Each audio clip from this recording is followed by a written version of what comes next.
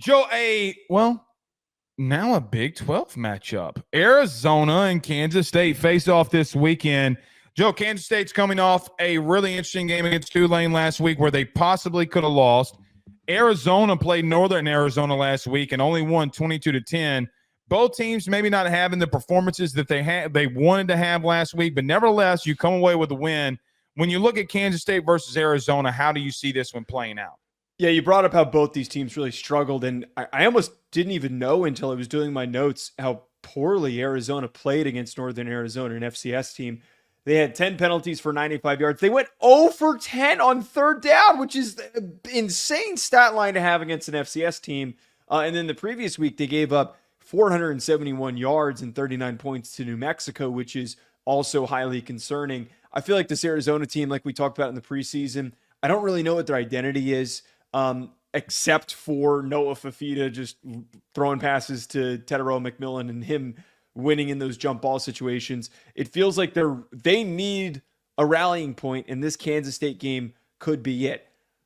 I lean Kansas State because I am less worried about Kansas State's performance against Tulane than I am for the way that Arizona has started this year. Fair. That Tulane team is really freaking good. One of a few G5 teams that are really good. That Mensa kid at quarterback already getting reached out to by people in order to hop in the portal. He is going to end up at a power. Notre Dame has not reached out to him. Notre Dame has not reached out to him. That all I know though is that this kid is a fantastic quarterback and he made some unreal plays. I think a matchup to watch is if McMillan and if Fafita end up having a huge day throwing the ball because of the amount of coverage lapses that Kansas State had against Tulane. That's one thing to watch, but I lean Kansas State because I still think that they're the more sound team in this matchup.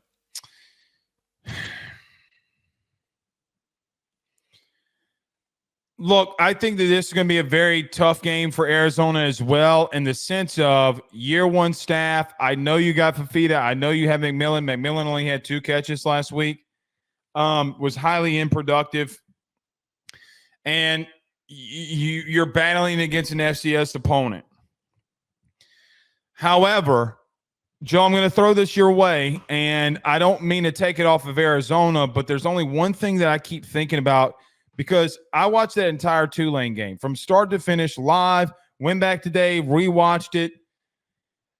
Joe, Avery Johnson is hot and cold when he's throwing the football. Now, what people are going to do is say, hey, well, you know what, man? He threw 2 touchdown passes. He didn't look bad last week against Tulane.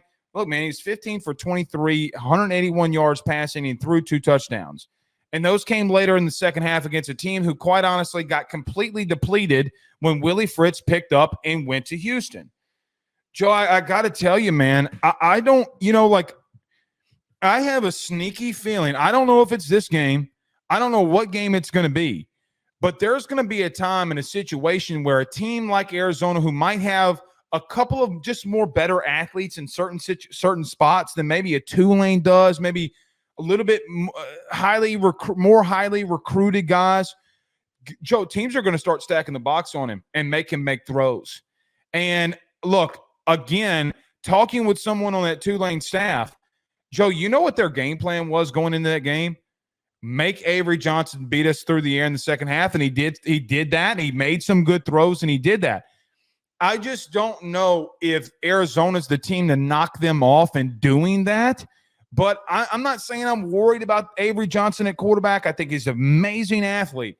I just am a little worried that if this got in a dogfight and you got to really throw it around, that I don't know if Avery Johnson has enough to do that, if that makes sense. Now, here's the thing. I don't think that this one's going to be a dogfight like that in reference to you got to score, you got to score, you got to score, you got to score. But if Fafita and McMillan get hot, watch out. That's where I come down to is that if watching back the Tulane game, the starkest issue that I saw with Kansas State, I'm really not as worried about Avery Johnson as you are. I think that they were just very run-centric, and they had success on the ground. And when they called on Avery Johnson to make plays, he had a number of improvising throws that show a ton of promise. I just still see a young kid who is developing and improving on a week-to-week basis. But what was the issue with Kansas State is that there were a number of times where Mensa delivered a lot of passes that were in these tight covered situations, and they weren't even I really agree. coverage lapses. Their DBs were just getting beat in one-on-one spots against the G5 team. So if And it's Noah Fafita. It's Noah Fafita. I mean, Tyrell McMillan balls out in these one-on-one spots. So like if there is a separation in Arizona starts to build up some momentum offensively, it's going to be because that connection is flowing. But again, I still come back to, I really think that Kansas State's going to win this game. I think that they just played a rusty game against a really good G5 team. And I think that the Tulane team is good enough to beat plenty of low tier P4 teams. That is a very quality Tulane team that just provided Kansas State with a good test to prepare them for a matchup like this against Arizona. Quali Conley, the running back for Arizona, Joe, is someone that I'm watching out for, and I'll tell you why. Mekhi Hughes last week for Tulane had 21 carries, 128 yards, and a touchdown. If there is a situation where they weren't rusty and they just, got run all over, then because look, Tulane's replacing so much along their offensive line. Okay, they're replacing so much after Willie Fritz left and that great team that they had a couple of years ago. They've been depleted. Their entire staff left. I know that Mansa is still there. I know that they still have a lot of good pieces, like with Patrick Johnson and et cetera. But, Joe, I think Conley, the running back for Arizona, is really interesting to me because, look, man, he's had 202 rushing yards this year. He's got 3 touchdowns. He's made some very explosive plays in the passing game. He's been really well at picking up blitzes. I'm really watching out for that Arizona run game too. Now, I'm with you in the sense of that I think that Kansas State, just from top to bottom, from an organizational level, is better and it has a deeper roster.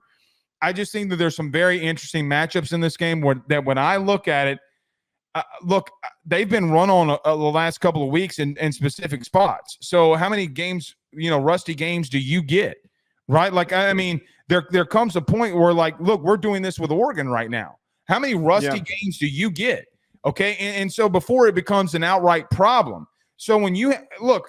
Well, we said that a lot. We said that last year with Washington. Washington had a ton of, not early, the first 2 weeks of the season they didn't, but they had a ton of rusty games where we kept saying, like, all right, well, I wasn't saying this, but there were plenty of people that were saying, oh, the bottom might fall out here. And I was saying it. And it ultimately. But you weren't the only other person on a national show. Ultimately bit him in the ass.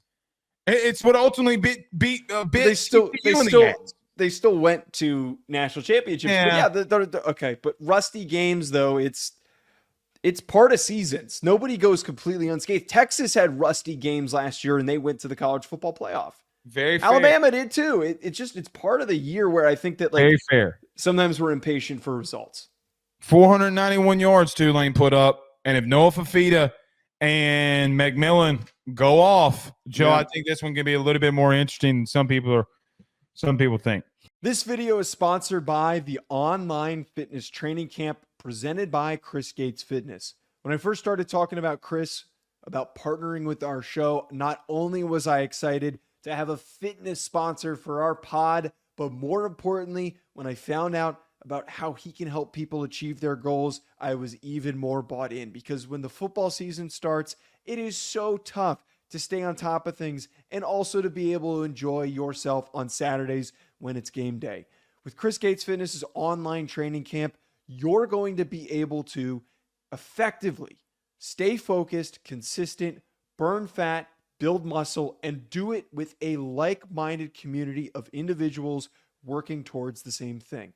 On top of this, you're going to be able to get direct coaching from Chris and the ability to ask him questions with an access to a live Q&A where you can get direct, personalized support from Chris himself. Don't wait any longer. If you're trying to get in shape during this fall and you want to be able to do it with the right support system, head on over to chrisgatesfitness.com/training camp or click the link in the description.